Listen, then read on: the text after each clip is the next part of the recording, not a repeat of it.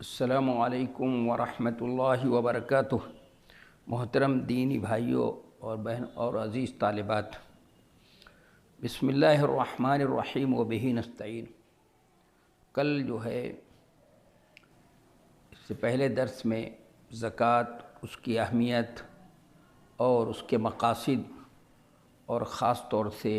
کہ زکوٰۃ اجتماعی نظم کو چاہتا ہے، یعنی جیسے نماز ہے، اگر جماعت کے بغیر گھر میں پڑھیں نماز ہو جاتی ہے، اسی طرح زکوٰۃ بھی اگر ہم تنہا نکالتے ہیں، تنہا اپنی زکوٰۃ لے جا کر کسی کو دے دیتے ہیں، اس کا اجتماعی نظم نہیں کرتے ہیں، تو اس طرح سے بھی ہو جاتی ہے، زکوٰۃ ادا ہو جائے گی، لیکن جو اس کے کا مقصد ہے اجتماعیت، وہ بھی مقصد بھی فوت ہوتا ہے اور اس کی برکت بھی نہیں حاصل ہو پاتی ہے۔ اس لیے زکوٰۃ کا اجتماعی نظم ہونا چاہیے، اس کی طرف توجہ دلائی تھی۔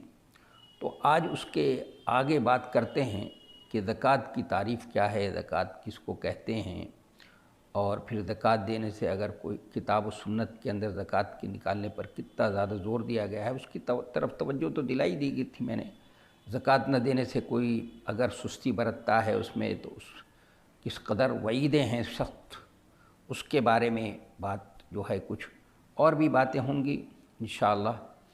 تو زکوٰۃ کی تعریف یہ ہے کہ زکوٰۃ اس چیز کو کہتے ہیں، اس مال کو کہتے ہیں جو انسان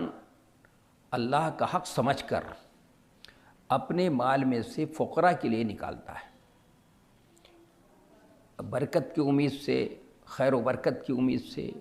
تزکیہ نفس اور خیرات کے ساتھ اس کے نمو کی اور اس کی بڑھوتری کے مد نظر اسے زکوٰۃ کا نام دیا جاتا ہے، زکوٰۃ اسی کو کہا جاتا ہے۔ یہ زکوٰۃ سے ماخوذ ہے، جس کے معنی صاف و پاک کرنا اور بڑھانا، اور دونوں ایک دوسرے کے لازم و ملزوم ہے۔ اگر آپ کو کسانی سے اور کھیتی باڑی سے اگر کوئی تعلق ہے تو اس کو آدمی سمجھ سکتا ہے۔ جیسے کسان مثلا گیہوں کا کھیت ہے، اس میں جو جھاڑ جھنکھاڑ ہو، جس کو الحشائش الشیطانیہ کہا جاتا ہے عربی میں، وہ جھاڑ جھنکھاڑ جو پودے کو نقصان پہنچاتے ہیں، تو اگر اس کو صاف کر دیا جائے تو پودا خود بخود بڑھنا شروع ہو جاتا ہے۔ تو صاف کرنا، اس کے معنی پاک کرنا اور بڑھانا دونوں، یعنی جب صاف کیا جائے گا تو بڑھے گا، خود بھی بڑھتا ہے۔ یہ اسلام کے 5 ارکان میں سے ایک اہم رکن ہے، اس کی وضاحت میں نے کر دی تھی۔ 82 آیات میں، قرآن مجید کے اندر 82 آیات میں یہ نماز کے ساتھ ملا کر ذکر کی گئی ہے زکوٰۃ۔ اس کی فرضیت کتاب، سنت اور اجماع امت سے ثابت ہے۔ کتاب و سنت کے اندر زکوٰۃ کے نکالنے پر بہت زیادہ زور دیا گیا ہے۔ اس کے لیے میں نے آپ کو وہ آیتیں بھی پڑھ دی تھیں کہ قرآن نے کہا خذ من اموالہم صدقۃ تطہرہم بہا وتزکیہم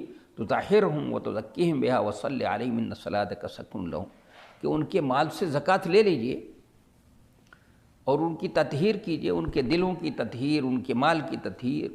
وتزکیہم بہا، اور اس سے اس کو بڑھائیے، ان کے مال کو اس سے بڑھائیے، اور وصلی علیہم، اور ان کے لیے دعا بھی دیجئے زکوٰۃ لینے کے بعد۔ اور حضرت معاذ بن جبل رضی اللہ عنہ کا واقعہ ہے کہ جب آپ نے اپنا نمائندہ بنا کر ان کو بھیجا تھا تو دعوت کے معاد پر، تو آپ نے فرمایا تھا کہ دیکھو اہل کتاب کے پاس جا رہے ہو، وہ اہل کتاب ہیں تو سب سے پہلے ان کو توحید کی دعوت دینا، اگر توحید کو مان لیں تو اس کے بعد ان کو بتانا کہ تمہارے اوپر شب و روز میں 5 وقت کی نماز فرض ہے، اور اس کو بھی مان لیں تو ان سے کہنا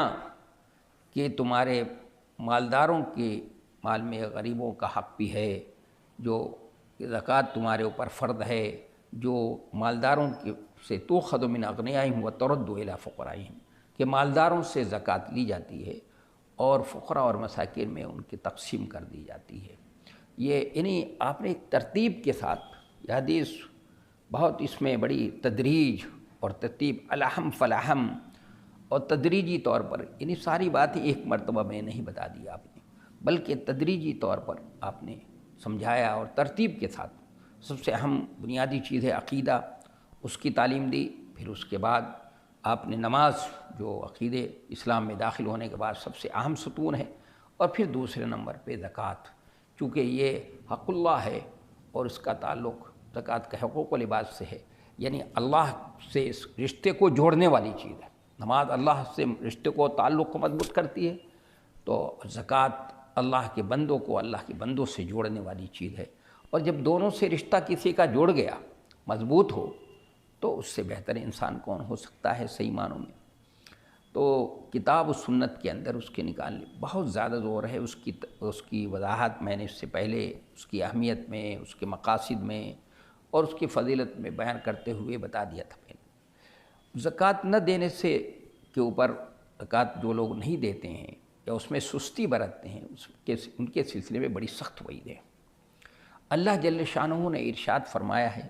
کہ والذین یکنزون الذہب والفضہ ولا ينفقونها فی سبیل اللہ فبشرہم بعذاب علیم۔ سورہ توبہ میں اللہ تبارک و تعالیٰ نے یہ فرمایا ہے کہ جو لوگ سونا اور چاندی جمع کرتے ہیں اور اس کو اللہ کی راہ میں خرچ نہیں کرتے ہیں، ان کو اس دن کے دردناک عذاب کی خوشخبری سنا دو۔ یہ اللہ تبارک و تعالیٰ نے فرمایا ہے۔ اور دوسری جگہ اللہ جل شانہ نے یہ فرمایا وَلَا يَحْسَبَنَّ الَّذِينَ يَبْخَلُونَ بِمَا آتَاهُمُ اللَّهُ مِنْ فَضْلِهِ وَخَيْرًا لَهُمْ بَلْ هُوَ شَرٌّ لَهُمْ سَيُطَوَّقُونَ مَا بَخِلُوا بِهِ يَوْمَ الْقِيَامَةِ وَلِلَّهِ مِيرَاثُ السَّمَاوَاتِ وَالْأَرْضِ وَاللَّهُ بِمَا تَعْمَلُونَ خَبِيرٌ۔ یہ آل عمران میں اللہ جل شانہ نے فرمایا ہے کہ جو لوگ مال میں جو اللہ نے اپنے فضل سے ان کو عطا فرمایا ہے بخل کرتے ہیں، وہ اس بخل کو اپنے حق میں اچھا نہ سمجھیں، بلکہ ان کے لیے ان کے حق میں یہ برا ہے۔ وہ جس مال میں بخل کرتے ہیں، قیامت کے دن اس کا طوق بنا کر ان کے گردنوں میں ڈال دیا جائے گا۔ وَلِلَّهِ مِيرَاثُ السَّمَاوَاتِ، اللہ کے لیے زمین اور آسمان کی میراث ہے، اور جو تم کرتے ہو اللہ اس سے بخوبی واقف ہے۔ اور مسند احمد میں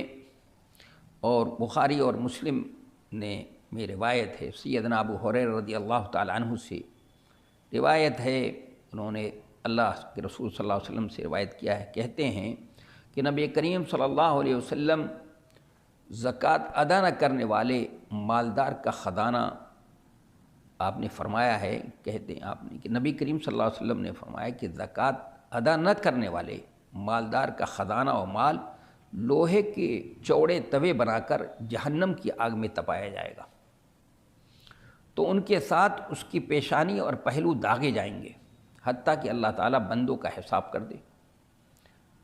اس روز میں جس کا ہر روز 50,000 سال کے برابر ہے، پھر اس کا فیصلہ کیا جائے گا،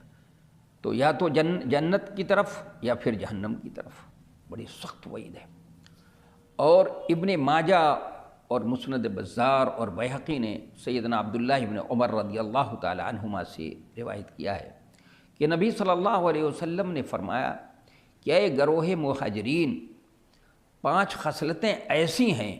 اور میں اللہ کی پناہ مانگتا ہوں، اللہ کی پناہ میں آتا ہوں کہ وہ تم میں پائی جائیں، اگر وہ کسی بھی قوم میں ہو جائیں تو اس کے برے نتائج بھگتنا پڑتے ہیں۔ آپ نے بڑی سخت وعید فرمائی، بڑے برے نتائج آ سکتے۔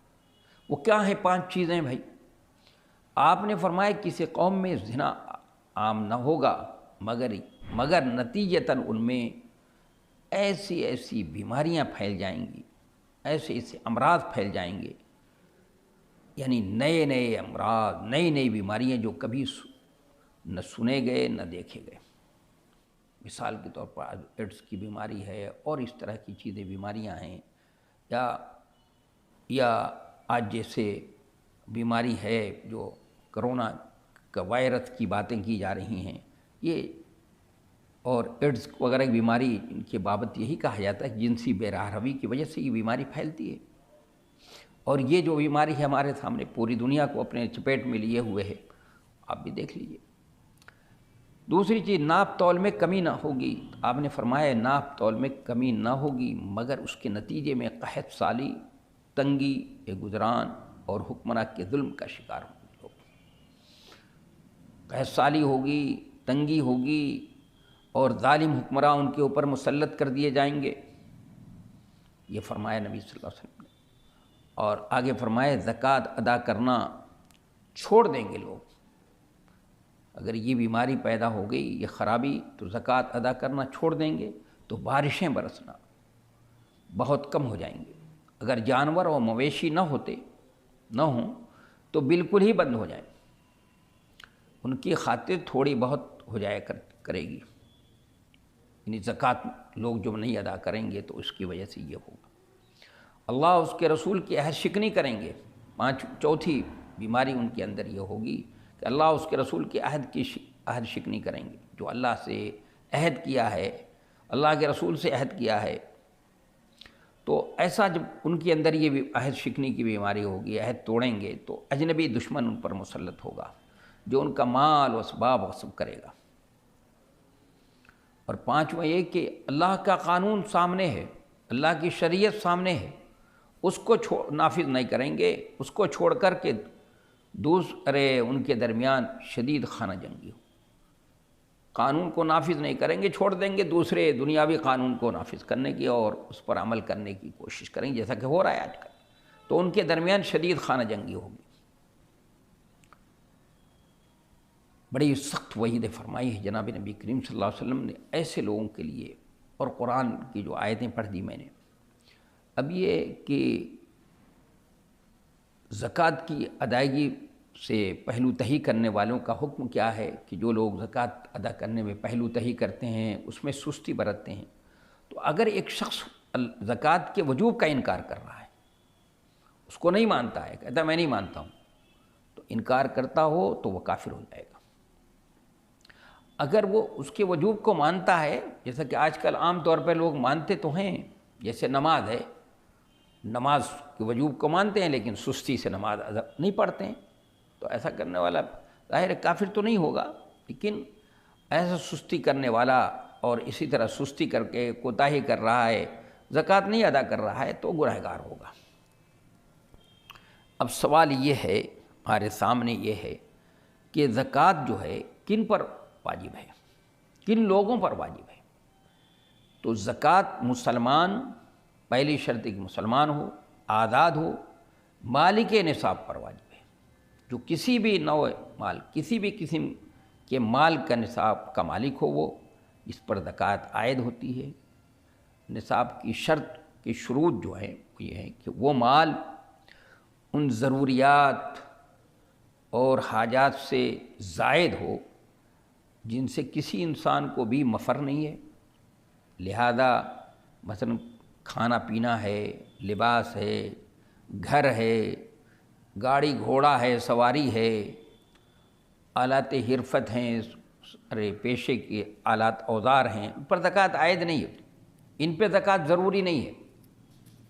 کیونکہ یہ تو ضروریات زندگی میں سے ہیں۔ اور دوسری شرط یہ ہے، پہلی شرط تو یہ ہو کہ وہ مال ایسا ہونا چاہیے، دوسری یہ ہے اس پر، دوسری شرط یہ ہے کہ اس پر ہجری سال گزر گیا ہو، اس مال پر اس کی ابتدا نصاب کے مالک ہونے کے دن سے ہوگی، اور یہ بھی ضروری ہے کہ سال بھر نصاب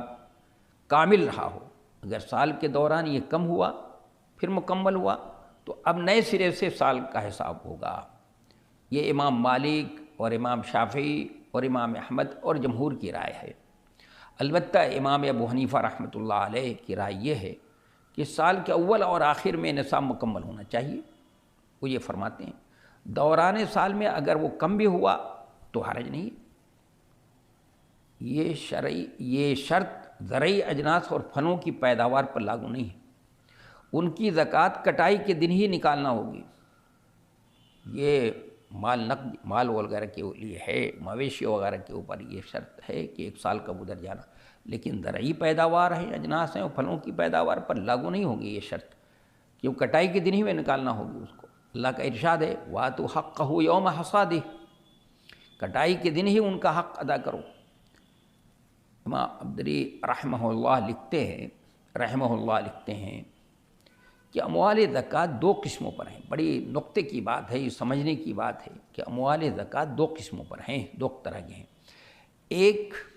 جن کی بذات خود بڑھوتری ہوتی ہے جیسے غلہ ہے اور پھل، تو ان کی زکوٰۃ ان کے وجود کے ساتھ ہی نکالنا ہوگی، کیونکہ یہ تو فوراً ہی اس میں بڑھوتری ہوتی ہے ہر سال۔ مثلا اس سال کم پیدا ہوا تو دوسرے سال زیادہ ہو جاتی، یہ پھل ہے کم پیدا ہوا تو پھل دوسرے سال زیادہ آ گیا، تو فوراً ہی اس میں اضافہ ہوتا ہے، بڑھوتری ہوتی ہے۔ دوسری قسم وہ ہے جو بڑھوتری کی غرض سے روکے رکھے جائیں، جیسے درہم و دنانیر ہیں، سامان تجارت ہے، مویشی ہے، تو ان کی نسبت سال گزرنے کو شرط کہا گیا ہے، ان کے لیے شرط ہے، تو ان کے نصاب میں زکوٰۃ عائد نہیں ہوگی حتیٰ کہ سال گزرے۔ یہی تمام فقہاء نے کہا ہے، ان کے لیے ضروری ہے ان چیزوں میں جن کو کہ بڑھوتری کے لیے، نمو کے لیے ان کو روکنا پڑتا ہے، لیکن جن چیزوں میں روکنے کی ضرورت نہیں ہوتی ہے تو ان کے لیے کوئی وہ ضروری نہیں ہے۔ اس کو سمجھنا چاہیے، اس نقطے کو جو ہے۔ نابالغ ہے اور دیوانے کے مال کی زکوٰۃ، اس یتیم وغیرہ کے مال کی زکوٰۃ ان کا سرپرست نکالے گا، جیسا کہ عمرو بن شعیب عن ابی عن جدہ کی حدیث سے معلوم ہوتا ہے کہ کچھ لوگوں کا یعنی ائمہ ثلاثہ کا موقف یہی ہے کہ ان کا سرپرست، یتیم کا سرپرست ہے، وہی ان کی مال کی سرمایہ کاری کرے گا اور اس سے زکوٰۃ نکالے گا۔ قرضدار مالک نصاب ہے، ایک مالک نصاب ہے لیکن قرضدار بھی ہے، تو اگر قرض ادا کرنے کے بعد بھی مالک نصاب ہے تو اس پر زکوٰۃ ہے، ورنہ نہیں، کیونکہ نبی علیہ الصلاۃ والسلام کا فرمان ہے کہ لا صدقۃ الا عن ظہر غنی، صدقہ وہ ہے جو اپنے پیچھے مالداری چھوڑے۔ اگر وہ قرض دینے کے بعد مالدار نہیں رہتا ہے تو پھر نہیں ہے۔ اب ایک سوال یہ ہے کہ جو فوت ہو گیا، مثال کے طور پر اس دنیا سے چلا گیا ایک شخص اور اس کے ذمے زکوٰۃ عائد تھی، تو اس کے ورثہ کو ادا کرنا چاہیے۔ اگر کسی کے اوپر زکوٰۃ عائد تھی اور اس کا انتقال ہو گیا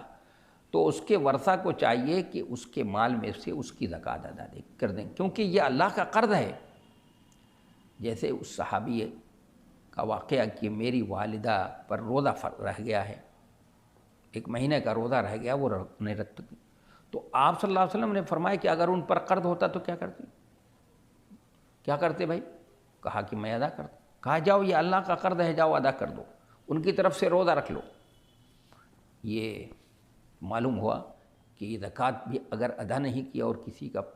کی وفات ہو چکی ہے تو اس کے ورثہ کو یہ چاہیے کہ اس کے مال میں سے جو وہ چھوڑ کر گیا ہے اس میں سے اس کی زکوٰۃ ادا کر دی جائے۔ اور ادائیگی زکوٰۃ میں نیت کی بھی شرط ہے، یعنی نیت کے ساتھ